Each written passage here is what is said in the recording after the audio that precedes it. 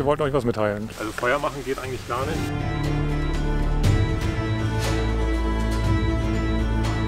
Irgendwie geheimnisvoll. Jetzt geht's ab nach Hause. Das Wetter ist bombastisch.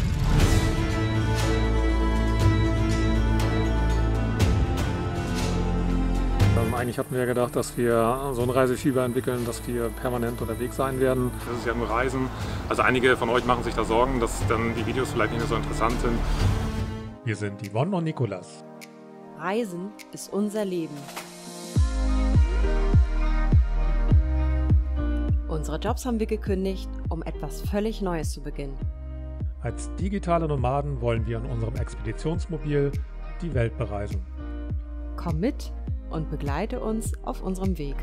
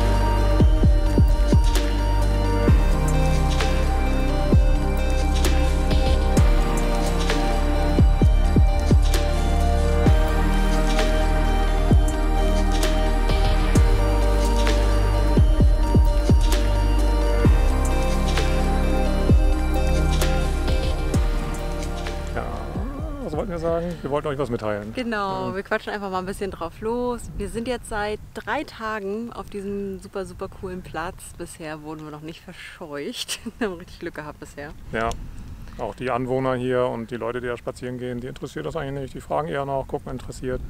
Ja, irgendwelche Fischer, die setzen sich dann neben uns hin und fragen sogar noch ganz nett freundlich, dürfen wir bei ihnen fischen nebenan und so. Es ist echt einfach nur ein herrlicher Platz. Also sehr freundlich, die Niederländer, die wir bis jetzt so kennengelernt haben. Ja. Und so allmählich kommen wir auch an. Also wir sind schon sehr gestresst so losgefahren und wie das alles so werden wird. Und mit der Stellplatzsuche ist es ja auch in den Niederlanden nicht ganz so einfach. Und generell für uns ja auch jetzt wieder was Neues. Ne? So, genau. Gerade auch mit dem großen LKW, da fällt man umso mehr auf, muss man einfach sagen. Ja. Naja, apropos LKW, also der steht irgendwo da, also bei der Baumreihe da hinten so, über Yvonnes Kopf. Ja. Man kann ja so eine schöne Runde drehen, direkt auf dem Deich lang laufen. Ja. Hier stehen ganz viele Rinder und Schafe und es ist einfach sehr idyllisch hier. Ja, total. Ja, und dann halt auch, dass man dann die Windschiffe beobachten kann, wie sie dann in die Schleuse reinfahren. Und es gibt so viele verschiedene Typen, das ist ja unglaublich. Also auch von der Größe her. Es ist, wenn man das einmal gesehen hat, dann ist man ziemlich erstaunt. Also normalerweise sieht man die ja nur so ganz flach auf der Wasserlinie. Aber wenn die mal unbeladen da vorbeifahren, dann sieht man eigentlich erst, wie groß die Kähne sind. Also uns gefällt es hier richtig gut. Wir sind jetzt auch schon ein bisschen entspannt. Morgen geht's weiter. Ja. Wir haben auch schon die Route geplant jetzt für die nächsten Stationen. Da könnt ihr auch gespannt sein. Das sind richtig, richtig gute Sachen, hat Yvonne da rausgesucht. Ja. Noch was? Nein, das war's. Gut, dann. Bis später. Wenn wir uns auf solchen Stellplätzen befinden, dann versuchen wir möglichst die sauberer zu hinterlassen, als wie wir sie vorgefunden haben. Der hier ist schon so mega sauber gewesen, aber so ein paar kleine Sachen findet man dann doch hier und da. Und ich finde es einfach nur gut, dass man halt, wenn man in einem fremden Land ist, sich dann auch halt so zeigt, dass man dann auch alles wirklich in Ordnung hinterlässt. So, ja. Also Feuer machen geht eigentlich gar nicht, aber das weiß man jetzt nicht, ob das Camper waren oder Angler. Aber das würde ich nie machen, in einem, sag ich mal, jetzt so dicht besiedelten Gebiet und schon gar nicht am Wasser, wo Schiffe fahren. Die Bananenschalen, die verrotten halt auch nicht so richtig gut und das sieht auch echt nicht schön aus. Ne? Die kann man in Müll schmeißen bei sich und nicht auch hier irgendwo hin. Finde ich. Wir sind ja hier in Goch gestartet, dann haben wir hier die niederländische Grenze überfahren und wir sind gerade sehr zentral in den Niederlanden und für uns geht es heute ein bisschen weiter Richtung Amsterdam, Richtung Utrecht geht es Und da wollen wir uns das Schloss angucken. Also wir werden jetzt ungefähr 55 Kilometer, ein bisschen weiter nördlich Richtung Amsterdam, heute fahren.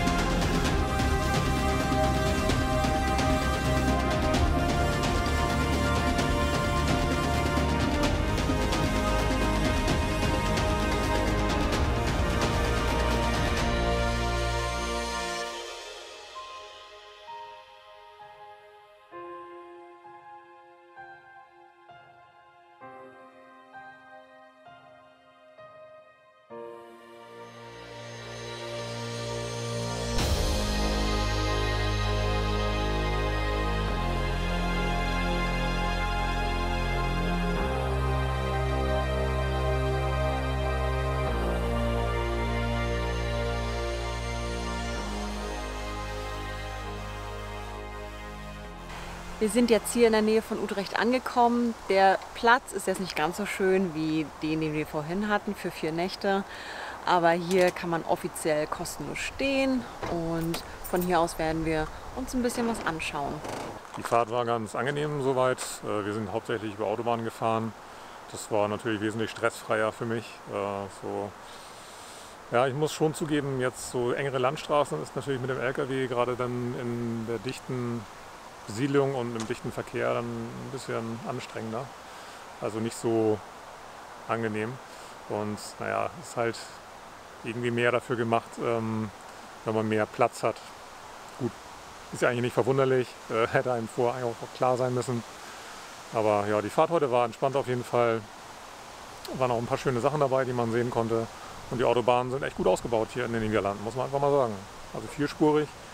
Das habe ich in Deutschland selten gesehen. Nach der Fahrt mache ich immer noch einen Rundgang um den LKW, ob irgendwie auch alles so in Ordnung ist und nehme auch die Temperaturen nochmal ab. Ja, ich versuche das so ein bisschen als Regelmäßigkeit, irgendwie als Gewohnheit einzuschleifen, dass irgendwie vor Abfahrt bestimmte Dinge geprüft werden und dann halt zwischendurch auch immer noch mal wieder. So, das ist halt ein alter LKW, da kann immer mal was passieren und ich habe halt keine Sensoren für irgendwas, also außer jetzt eben halt die typischen für Wasser oder so. Deswegen muss ich halt mal gucken. Naja. Eine Stelle ist mir aufgefallen. Hier schwitzt er an den Planetengetriebe, an diesen Kappen. Da schwitzt er wieder leicht ein bisschen raus. Und diese eine Schraube hier, die wurde auch überdreht. Also nicht von mir, sondern naja, da wo es halt zuletzt repariert wurde. Und ja, ich beobachte das jetzt nochmal, das ist jetzt noch nicht so kritisch. Ansonsten müssen wir da nochmal bei irgendwann. Ja, leider ist der Tankdeckel ein bisschen undicht. Ich weiß jetzt nicht, ob es davon kommt, dass ich irgendwie zu voll getankt habe. Habe halt versucht, irgendwie alles möglich reinzukriegen, also so viel wie möglich reinzukriegen, wie geht. Ich weiß nicht, kennt ihr da irgendwie, also gibt es da noch andere Deckel, die irgendwie dicht sind oder besser sind? Ich meine, die brauchen ja auch irgendwie eine Entlüftung oder sowas, ne? Dass in dem Tank entsprechend kein Unterdruck entsteht.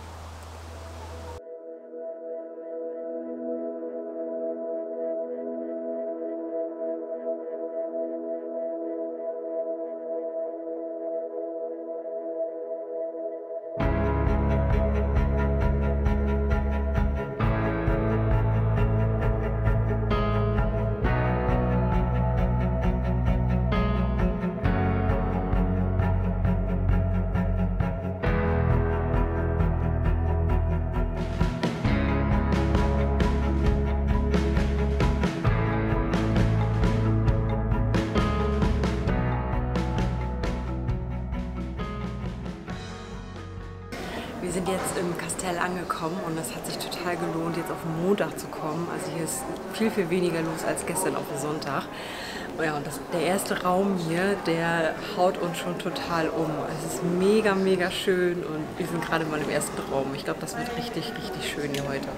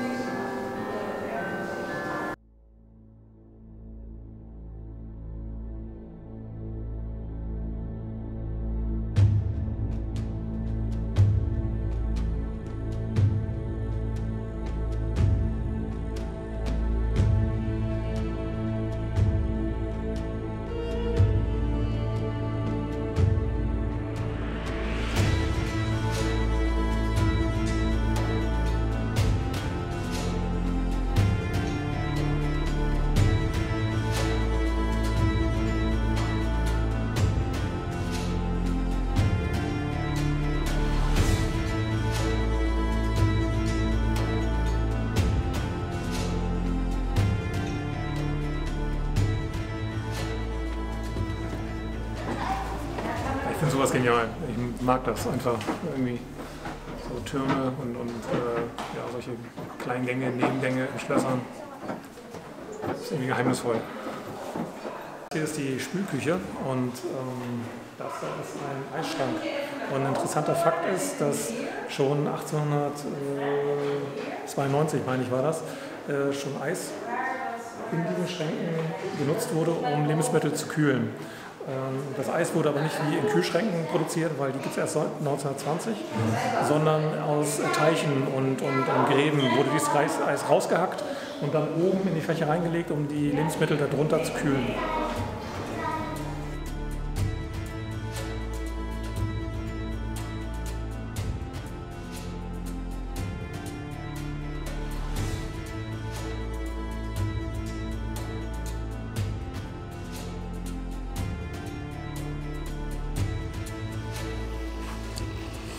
Das war total beeindruckend da drin. Das kann man so sagen. Also das lohnt sich da mal einen Blick reinzuwerfen. Sowas haben wir vorher noch nie gesehen. Also einige Burgen und Schlösser haben wir schon bestaunt, aber sowas haben wir noch nicht gesehen. Vor allem am Ende die Küche. Also ich habe noch nie so eine Küche gesehen für so viel Personal. Einfach total beeindruckend. Also überhaupt, dass wir an einem Schloss man eine Küche mal sehen kann, das hatte ich bisher noch nicht gehabt. Ja. Der Eintritt kostet 18 €. Wir finden das ein bisschen zu teuer. Also da ist man doch dann ganz schön schnell durch. So viel gibt es dann auch wiederum nicht zu gucken. Und dann der Audioguide für 2,50 €, den kann man sich echt sparen, weil in jedem Zimmer gibt es so Karten in allen Sprachen und da kann man sich die ganzen Infos halt auch durchlesen. Zumal es den Audioguide auch gar nicht in Deutsch gibt, sondern nur in Englisch. Ja. Gut, wer das Englischen mächtig ist, ist dann kein Problem. Ich finde es aber ein bisschen schwach für den Preis. Ja. Genau. Genauso dasselbe mit der Karte. Also die Karte, die es jetzt hier gibt, ist jetzt vielleicht weniger ein Problem, aber die gibt es halt nur auf Niederländisch, nicht auf Englisch oder sie waren halt gerade irgendwie vergriffen. Aber das ist jetzt nicht weiter schlimm, weil die war auch umsonst. Und der Eintritt, der ist für Niederländer hier frei. Also nur wir Touristen sozusagen müssen die 18 € bezahlen. Finde ich auch interessant. Ja, aber es lohnt sich, war was ganz Besonderes. Wir sind froh, dass wir hier einmal reingeschaut haben.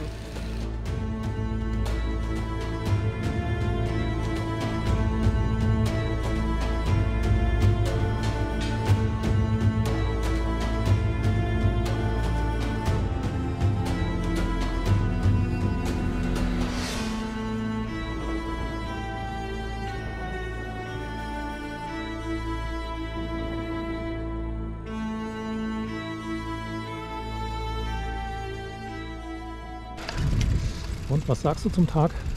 Es war wunderschön im Schloss. Ja, wir haben noch mega Drohnenaufnahmen gemacht, die habt ihr schon gesehen. Und jetzt geht's ab nach Hause. Das Wetter ist bombastisch. Richtig schöner Tag.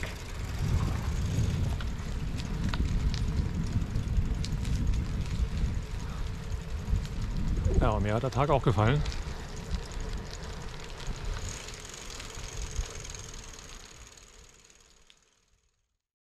Drei Tage sind wir jetzt schon in Hamelen. Das ist eigentlich ganz angenehm hier. So Schotterplatz, auf dem man steht.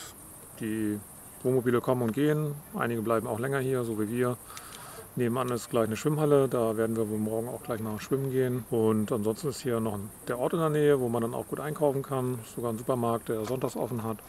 Also eigentlich insgesamt ein guter Stellplatz und dafür dann auch noch kostenlos. Also man hat hier halt keinen Service, es gibt keine Entsorgung oder Versorgung, aber das stört uns ja nicht. Wir sind ja relativ lange autark. Dass wir jetzt hier 3 Tage stehen, das stört uns eigentlich gar nicht so sehr. Eigentlich hatten wir ja gedacht, dass wir so ein Reisefieber entwickeln, dass wir permanent unterwegs sein werden. Erstmal fahren, Strecke machen, neue Dinge sehen und so. Das werden wir auch und das kommt auch noch, da bin ich mir ziemlich sicher. Aber im Moment ist es so, dass wir eher entschleunigen, ein bisschen uns die Zeit nehmen, hier ein paar Sachen dann halt auch zu organisieren und das ist auch okay so. Also das stresst uns jetzt nicht, dass wir ein bisschen länger an einem Ort bleiben. Ja. Wir fahren dann los, wenn wir dann Lust haben. Wir hatten ja noch 1, 2 Fragen von euch bekommen, die wollten wir dann halt jetzt auch nochmal beantworten. Einerseits der Kühlschrank, der läuft jetzt, ist allerdings mit einem kleinen Workaround, das Eisfach muss ständig auf sein. Gut, es geht, von daher sind wir auch erstmal zufrieden, bis wir dann irgendwie dann Ersatz kriegen. Dann hatten wir auch noch die Frage gekriegt, oder die Rückmeldung bekommen, naja, dann sind die technischen Themen dann ja vorbei mit den Reparaturen und dann ist es ja nur Reisen. Also einige von euch machen sich da Sorgen, dass dann die Videos vielleicht nicht mehr so interessant sind. Es werden immer wieder technische Themen kommen, auch zum Ausbau, wie zufrieden wir damit sind, wie wir Dinge gelöst haben. Da kommt auf jeden Fall auch was. Ja, unser Kanal geht jetzt nicht nur darum, Sehenswürdigkeiten und tolle Landschaften zu zeigen, sondern wir werden ganz ausführlich das Thema Reisen mit so einem LKW dokumentieren und da wird Technik auf jeden Fall auch ein großer Teil von sein einfach. Ganz natürlicherweise. Genau. So. Dann sind wir auch schon wieder am Ende des Videos angekommen. Wir hoffen, euch hat das Video gefallen. Wenn dem so ist, dann lasst uns gerne einen Daumen nach oben da würden wir uns riesig drüber freuen. Schreibt auch was in die Kommentare. Ein Smiley, das reicht schon. Freuen wir uns total drüber. Ja, und wenn ihr unseren Kanal noch nicht abonniert habt, dann könnt ihr das jetzt kostenlos tun. Da würden wir uns auch super drüber freuen. Genau, ansonsten dann sehen wir uns nächsten Sonntag wieder. Wir wünschen euch eine schöne Woche. Bis zum nächsten Mal.